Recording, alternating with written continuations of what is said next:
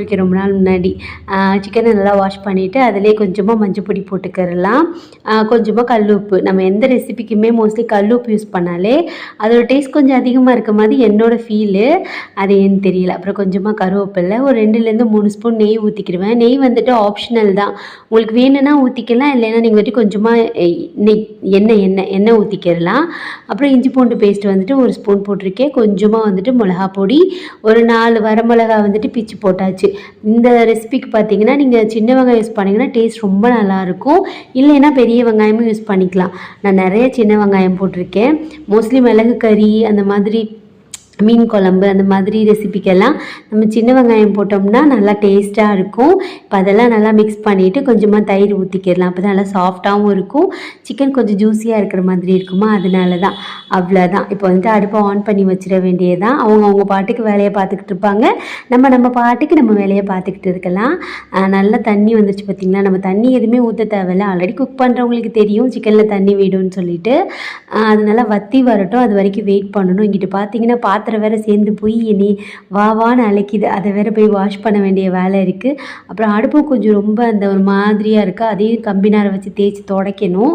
அப்போ தான் நமக்கு வந்துட்டு ஒரு ஃபுல்ஃபில் கிடைக்கும்ல, அந்த மாதிரி.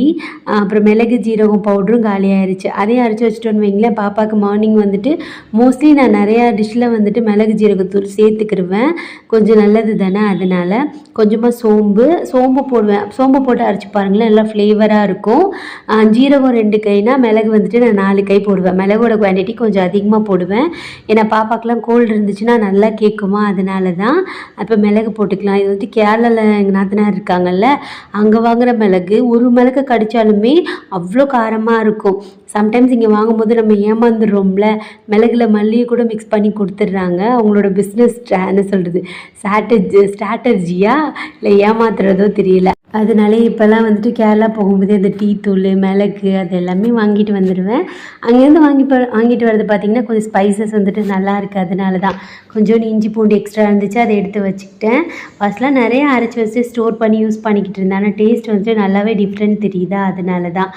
மிளகு ஜீரகத்தையும் அரைச்சி இந்த மாதிரி பாக்ஸில் போட்டு வச்சாச்சு. கரம் மசாலா நான் ஆல்ரெடி அரைச்சி வச்சுருக்கிறனால காலி ஆனதுக்கப்புறம் அரைச்சிக்கிடுவேன். அது எனக்கு ஒரு 7 to 8 months வரைக்கும் வரும். ஏன்னா வறுத்து அரைக்கிறோம்ல, அதனால் வீணாக போகாது. இதில் கொஞ்சோண்டு கரம் மசாலா வேணும்னாலும் போட்டுக்கலாம்.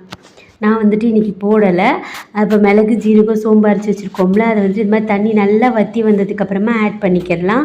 ஆட் பண்ணி நல்லா சுருள கிண்ணோம்னா சூப்பரான மிளகு கறி ரெடி ஆயிடுச்சு. கண்டிப்பாக ட்ரை பண்ணி பாருங்கள். டேஸ்ட்டுமே ரொம்ப நல்லாயிருக்கும்.